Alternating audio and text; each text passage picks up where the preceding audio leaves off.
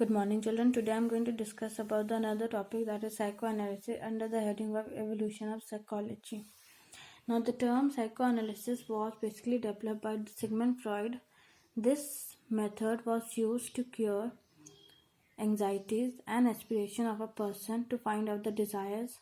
The two methods that they have used under this approach or method are free association and dream analysis.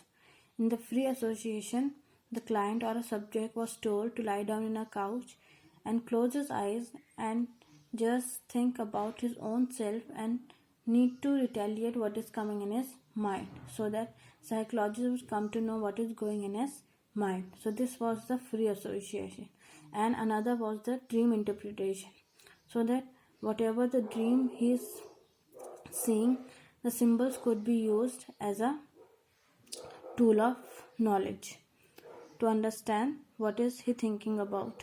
So these were the two methods that come under the psychoanalysis, so that we come to know about the repressed feeling of an individual. The feeling repressed means the feeling that is not shared by people openly in a surrounding.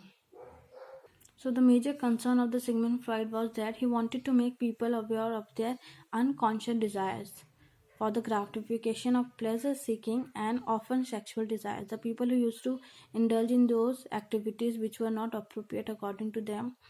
So he wanted to make people aware by using psychoanalysis. Now the another theory or approach which come under the evolution of psychology was humanistic approach. Now after the psychoanalysis developed by Sigmund Freud, humanistic approach in psychology took a more positive view of the human nature. So basically this theory was developed in regard to the human personal growth. Now the two prominent psychologists who worked under this approach were Carl Rogers and Abraham H. Maslow. Now the term humanistic perspective, mainly the term humanistic, have been derived from the noun humanistic. A humanist is a person who has a strong interest in for human welfare, values and dignity. Now under this approach they emphasize the free will of human being. It means the free will have been claimed that all human beings are basically self-determining. We are active agent in determining our own development. So people should unfold their inner strength in order to know about their own self, so that they can achieve what they want in their life. This was the main idea of the humanistic approach, that people need to self-actualize their own potential, so that what they want in their life they can achieve. This was the basic assumption based on human growth. Now this humanistic approach was a reaction towards the behavioralism, and they did not like the idea of the behaviorism human growth, as they did not like the idea of the behaviorism. So this was a revolt against the behaviorism, as they considered that the environmental condition was too undermines to determine human freedom and dignity, and takes a mechanistic view of human nature.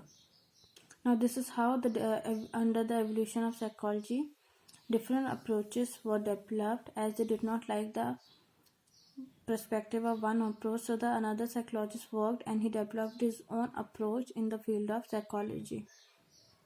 Now the another approach, which was named as cognitive perspective, was the aspects of Gestalt and structuralism were combined, and the development that took was cognitive perspective.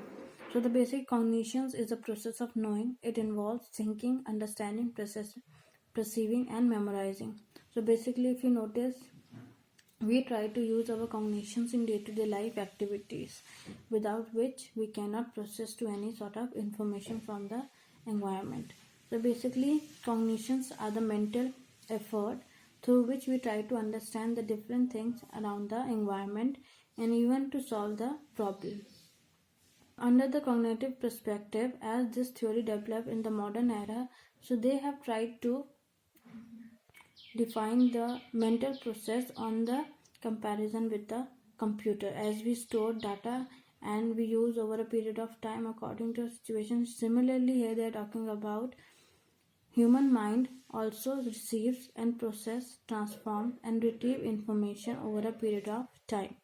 So this was the major concern about the cognitive perspective, that human mind also works as similar to the computer.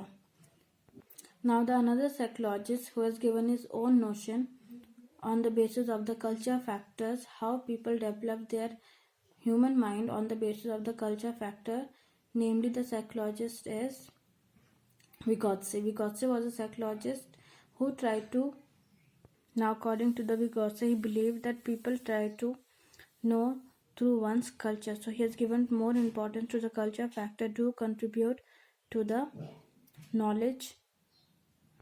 As an individual, we do not know each and everything, but when the interaction take place in the society and culture, we try to know by the interaction.